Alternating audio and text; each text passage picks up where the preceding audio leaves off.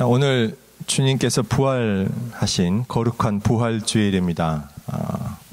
제가 교회 전통으로 세우고자 부활주일 기간 동안에 하는 말이 있죠. 항상 제가 주님께서 부활하셨습니다 라고 하면 여러분은 우리도 부활할 것입니다 라고 화답하시면 되겠습니다. 자, 주님께서 부활하셨습니다. 아멘. 감사합니다.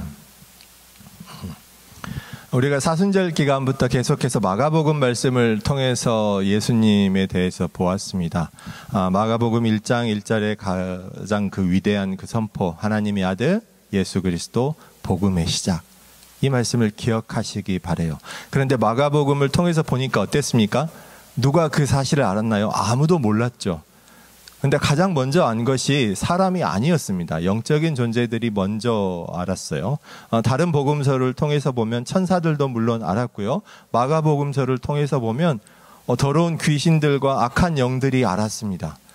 예수님께서 계속 표적을 행하시고 아픈 사람들을 고치시고 사람과 은혜를 베푸시는데 여전히 사람들은 그것을 알지 못합니다. 시간이 계속 지나가면서 사람들이 좀 더 의문점을 갖기 시작해요. 이분이 메시아신가? 이분이 그리스도신가? 시간이 점점 지나는데도 알지 못합니다. 그런데 거의 갈릴리 사역이 마무리되어 갈 때쯤에 제자들이 고백하지요. 베드로가 대표로 고백합니다. 주는 그리스도시니이다. 아직까지도 그 광경을 지켜보던 군중들은 마음의 확신을 갖지 못하고 예수님 주변에 있을 뿐입니다.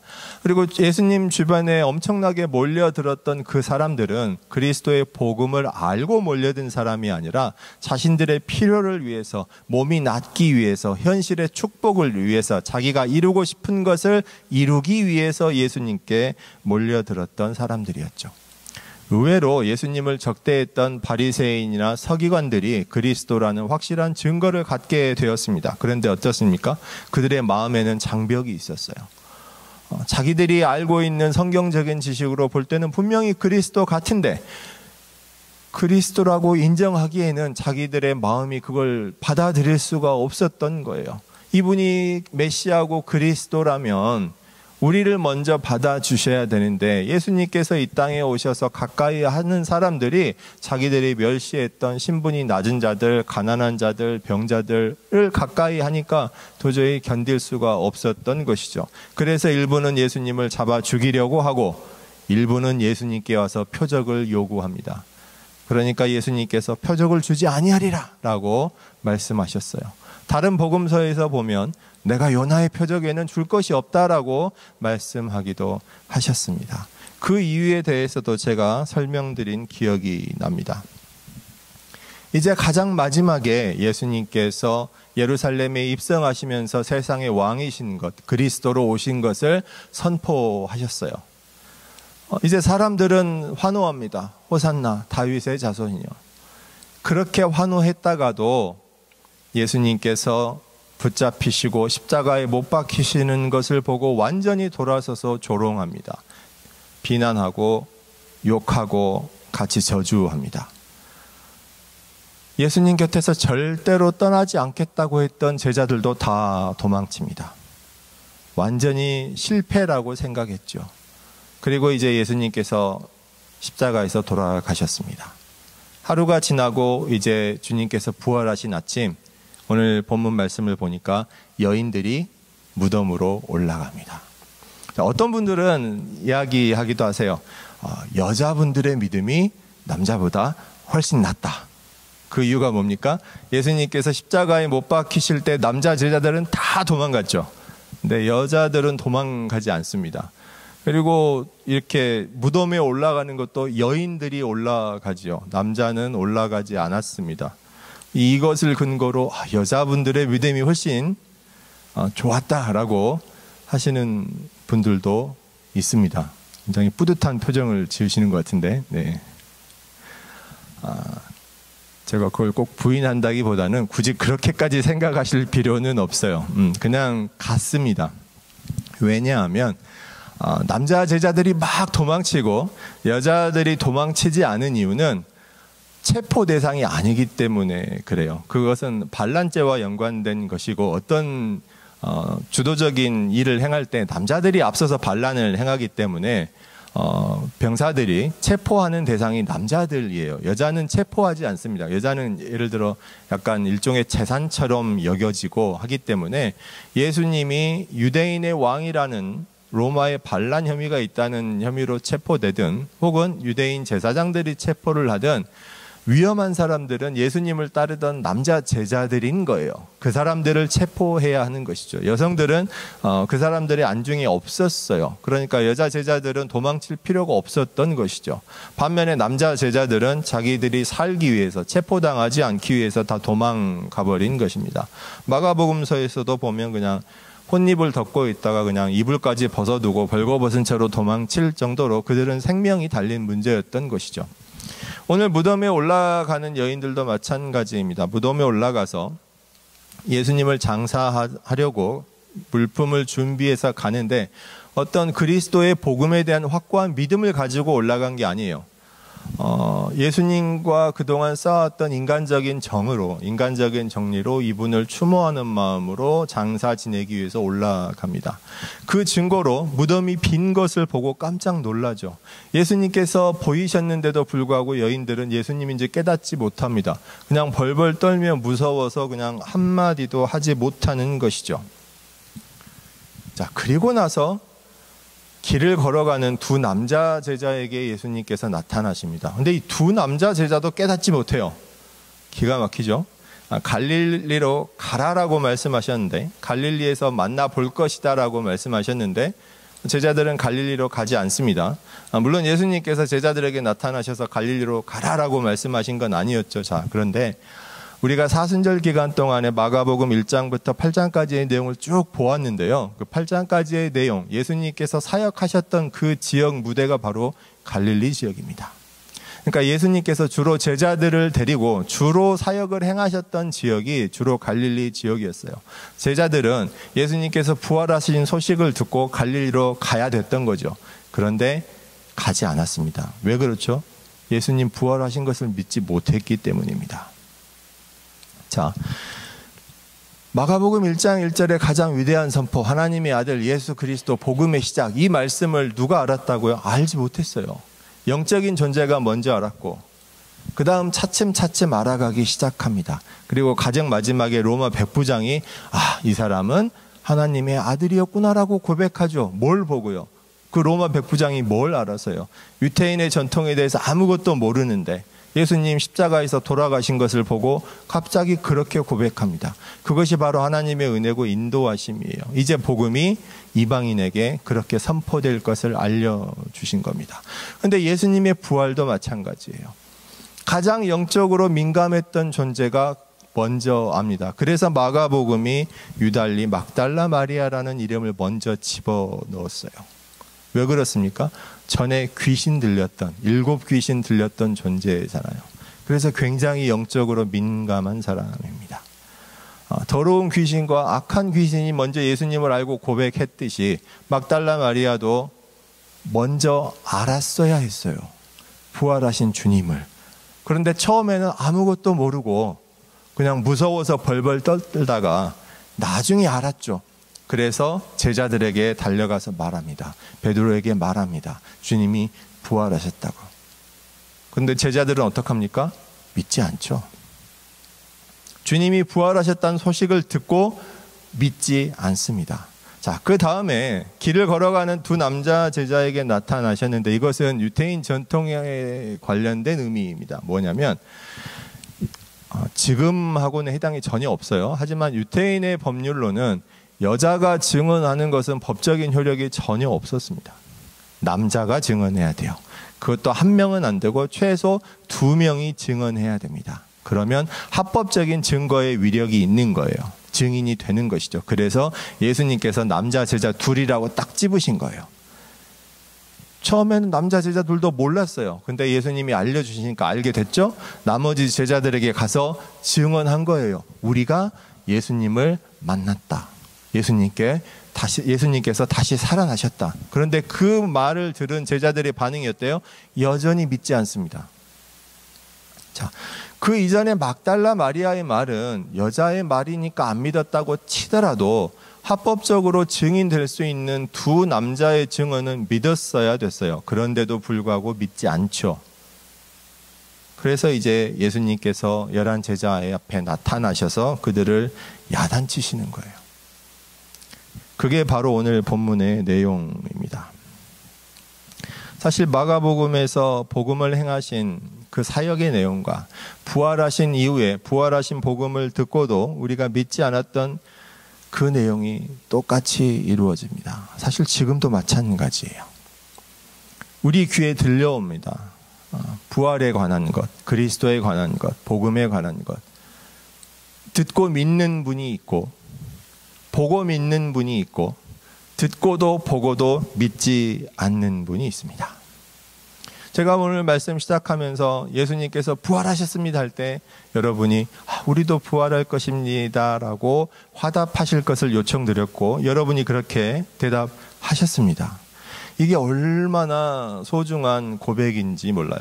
왜냐하면 우리 복음의 가장 핵심이 십자가 고난과 부활인데 이 두 가지는 따로따로 떨어진 것이 아니라 연결된 거예요. 그래서 우리가 부활할 것을 믿습니다라고 고백하는 것은 예수님의 십자가 고난에도 함께 참여하겠다는 뜻입니다. 단순하게 생각해 보세요. 부활은 다시 살아난다는 것인데 내가 죽지 않고 어떻게 다시 살아날 수 있습니까? 그렇잖아요. 내가 죽어야만 다시 살아날 수 있는 거예요. 우리가 부활을 믿는다는 것은 예수님께서 이 땅에 오셔야만 했다는 그 이유를 믿는 것이고 예수님께서 십자가에서 고난받으시고 죽으신 것을 믿는 것이고 그로 인해서 우리가 구원받는 것을 또한 믿는 것이고 예수님께서 다시 살아나시고 승천하신 것을 믿는 고백입니다. 그래야만 우리도 그 부활의 표적을 따라 우리도 부활할 것이다 라고 고백할 수 있는 것이에요. 자, 어떤 분들은 이렇게 말씀하실 수도 있어요. 야, 우리가 어차피 누구나 다 죽지 않나요? 늙어서 나이 들어서 죽고 어떤 분은 뭐 병 들어서 죽고 사고로 죽고 어차피 다 죽을 텐데 그 다음에 예수님 재림하시면 그때 부활하는 거잖아요 라고 이야기를 하실 수도 있습니다. 그런데 사실은 이게 현대교회의 가장 큰 문제점이에요. 가장 큰 문제점이에요. 뭐냐면 자, 잘 들어보세요.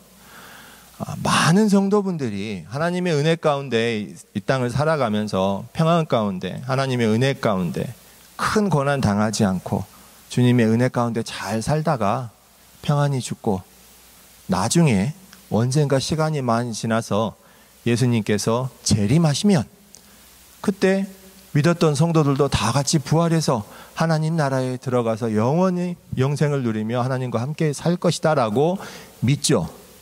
이게 맞습니까? 틀립니까? 이미 고개를 많이 끄덕이셨는데 맞는 것 같은데 제가 이렇게 물어보니까 좀 찜찜하시죠? 뭔가 틀린 것 같아서. 예, 전체적으로 맞아요. 그런데 거기 몇 가지 틀린 조건들이 있습니다. 하나님의 말씀을 우리 편한 대로 받아들여서 이걸 제가 좀 단순화시켜 볼게요. 이해하시기 쉽도록. 뭐가 가장 큰 문제냐면요. 우리 마음속에 어떤 본성이 있냐면 하나님 주시는 축복과 은혜 가운데 이 땅에서 편하게 살다가 이 말을 좀 더 바꾸면요. 내가 지금까지 살아온 그대로 내 마음대로 살다가 죽고 나서 예수님 재림하시면 그때 우리도 그냥 부활해가지고 하나님 나라에 짠 들어가는 거라고 믿는 거예요. 이게 큰 착각입니다. 큰 착각이에요. 하나님 나라에 들어간다는 것은 우리가 하나님 나라에 살 준비가 된다는 뜻이고 우리가 하나님 나라에 살 수 있도록 변화가 된다는 뜻이에요. 그게 아니고 그냥 나는 나 살고 싶은 대로 마음껏 세상에서 내 마음껏 좋게 살다가 나중에 부활해서 하나님 나라에 그냥 짠 들어가서 살아요. 세상에 이렇게 좋고 편한 게 어디 있습니까? 좋기만 한 게 없어요. 물론 어떤 분들은 예수님이 그렇게 좋은 걸 우리에게 주신 거잖아요 라고 반문하시기도 합니다만 그런 건 없어요. 저한테는 마치 이게 중세교회가 사람들에게 돈을 받고 면죄부를 판매한 걸 생각나게 해요. 교회가 타락해서 면죄부를 판 것도 문제지만 돈을 주고 그것을 산 사람들의 마음에는 뭐가 있어요? 나는 지금 일단 면죄부를 살 정도면 돈이 많아야 되겠죠. 굉장히 큰 돈이었습니다. 그리고 그 마음속에는 뭐가 있냐면 나는 내 마음대로 살고 싶다. 좀 죄를 짓더라도 내 편한 대로 내 욕망을 채우면서 살고 싶은 거예요. 그리고 그 과정에서 죄를 좀 지었더라도 교회에 많은 돈을 내고 면죄부를 샀으니까 나는 천국 갈 수 있어라는 마음이죠. 그 욕심이 있어서 면죄부를 사는 거예요. 근데 그 마음이 지금은 없느냐? 지금도 그대로 있는 거예요. 지금도 그대로 있는 거예요.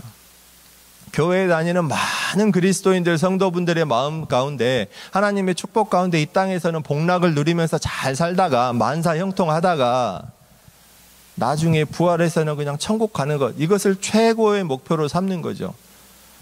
그렇게 선포하는 교회들도 불행히 있습니다. 그런데 그것은 복음이 아니에요.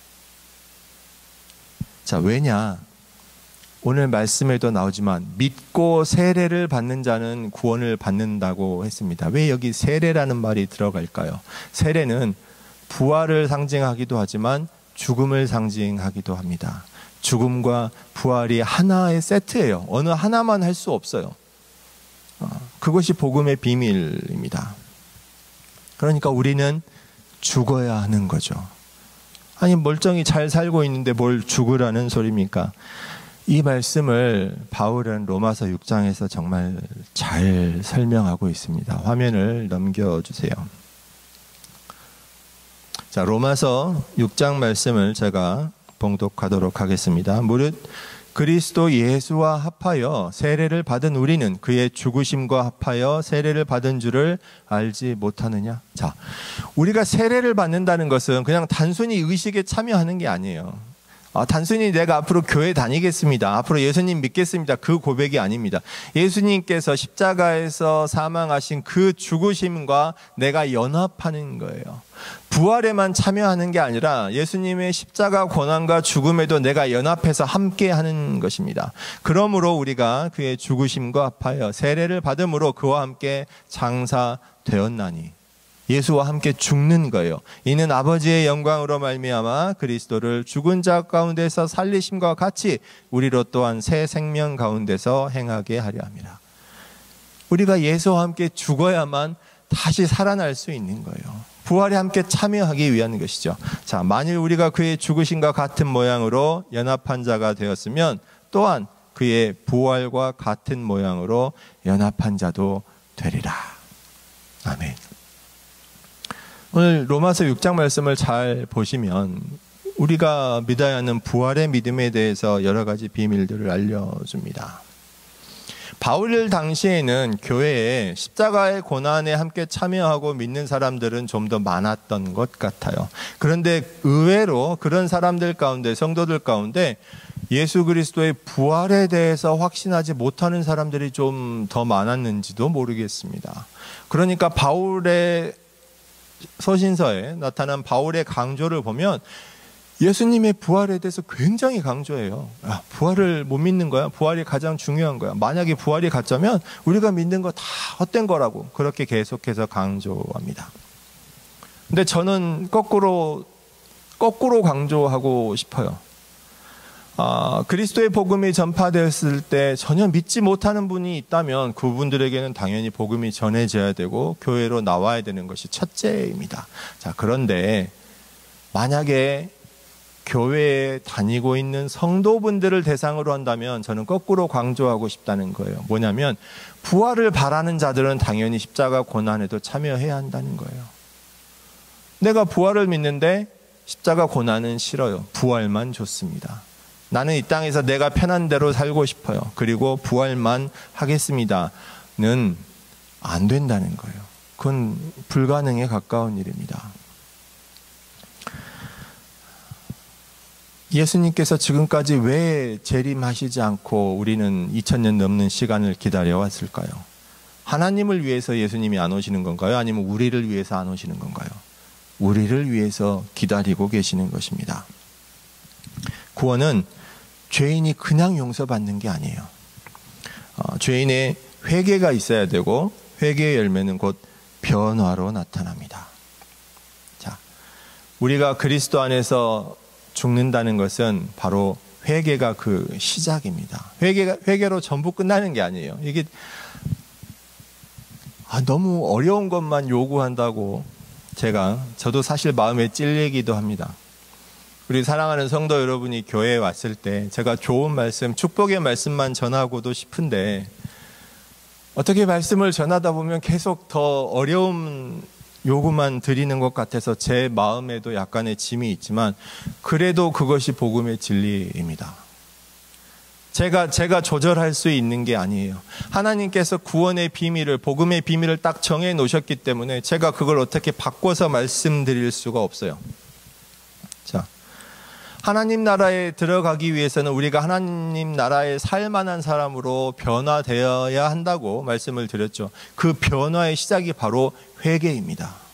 회개해야만 그 변화가 시작되는 거예요. 그리고 그 이후에도 과정이 쭉 이어집니다. 그 과정이 너무나 힘들기 때문에 그걸 쉽게 할 수 있도록 도우시는 분이 계세요. 그분이 성령님이십니다. 그리고 그렇게 우리의 삶이 바뀌어서 변화되어서 하나님 나라에 맞게끔 바꿔지는 과정을 우리는 성화라고 부릅니다. 영어로 sanctification이에요. 왜냐하면 이 성화라는 것은 내가 막 해야 되는 것 같지만 절대로 나 혼자 할 수가 없어요. 내가 막 아무리 혼자 열심히 말씀을 보고 혼자 열심히 기도하고 혼자 막 수행을 하고 막 혼자 거룩해지려고 노력을 해도 되지 않습니다. 그런 게 아니에요. 성화는 굉장히 많은 사람들과의 관계 속에서 부딪히고 트러블이 생기고 내 마음에 상처를 입고 때로는 내가 실수해서 다른 사람의 마음에 상처를 주기도 하고 마음 상하고 애쓰면서 그렇게 이루어져 나가는 것입니다. 그런 것들이 일어나는 장소가 어디입니까? 교회입니다. 교회는 마구마구 막 사랑과 은혜가 충만하고 넘치고 기적과 표적이 일어나는 그런 장소만은 아니에요. 그런 장소가 되기를 원하지만 그 못지않게 여러 가지 문제가 있고 갈등이 일어나고 관계 속에서 충돌이 일어나는 곳이에요. 그 가운데 위로하는 사람이 있고 붙잡아주는 사람이 있고 상처를 덮어주고 닦아주려는 사람이 있고 넘어진 분을 일으켜주려는 사람이 있습니다. 그게 뭡니까? 사실 그게 바로 성도의 교제입니다. 그냥 단순히 예배 끝나고 모여서 오늘 음식이 너무 맛있어요. 감사합니다. 어떻게 이렇게 많이 준비하셨어요? 그리고 한 주간 어떻게 지내셨어요? 이거 나쁘다고 하는 거 아닙니다. 이게 기본이죠. 이렇게 해야죠. 인사하고 별다른 일은 없으셨어요? 혹시 몸이 불편하지는 않았는지 마음에 상처받은 일은 없었는지 안부를 묻고 그리고 예배 시간 딱 끝나면 돌아가서 그냥 많은 그게 교제라고 생각하시면 곤란합니다. 교제에 포함되죠. 당연히. 교제의 궁극적인 것은 성도의 교제의 궁극적인 모습은 우리가 복음 안에서 부활의 믿음을 잘 이루어갈 수 있도록 서로를 살피고 돕는 것입니다.